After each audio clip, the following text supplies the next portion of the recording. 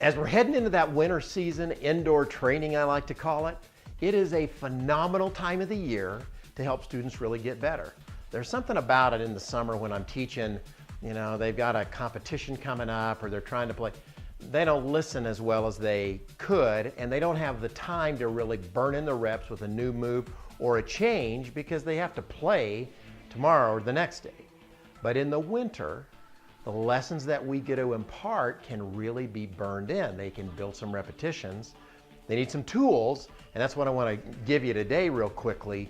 But I want to encourage you to make winter training available to your students. You don't need much space. You need some happy face and high fives and some tools and some creativity, which we would love to assist you with. But as you take a look at the things I want to show you today, the laser, the rail, and the perfect putting mat, man, they really equip you because we know that tour players make 54% of their 8-footers. The perfect line putting mat, which you're looking at, is 9 feet on purpose. If you can make 8-footers on this, you're doing really well. It gives us what we want. You and I both know that if our students can make those shorter putts, the game's a lot easier. So let me give you a quick tour of the laser and the rail and the putting mat. See if it fits into your plans. It's a great holiday gift idea as well. So one of the interesting things that we've heard for so many years is how does the putter travel on a straight rail and then come to the inside and then back? And if you notice with this angle on the rail, the putter comes back as it climbs the rail because it's on a slant. The putter comes to the inside, back down to impact squarely, up to the inside in the follow through. And what happens is my hands are very quiet and the putter doesn't move around. If I rattle around, if I move that putter back and forth or manipulate it, then everything gets a little crazy. But if I leave the heel of the putter right on that rail, you can see exactly how it travels up and inside, square, up and inside. When we add the laser line to that process, we can really see exactly how that travels.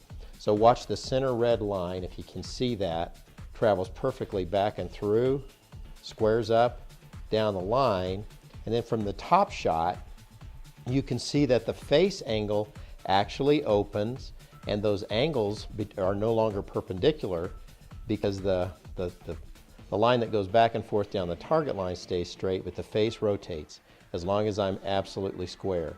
If I were to move the grip, open my hands, close them, the line completely changes. So if I bring it back and that line changes, I know I've manipulated the putter face. If we're working with a student indoors, we can see this. All the attention is absolutely on that motion, and we really get to teach how the putter moves. And we get to teach how the hands, if they are inactive, can stay out of play, and they can just be nice and quiet, and that putter will absolutely rotate. We can get a little courageous by moving away from the rail, making the same motion, and watching that laser line track perfectly.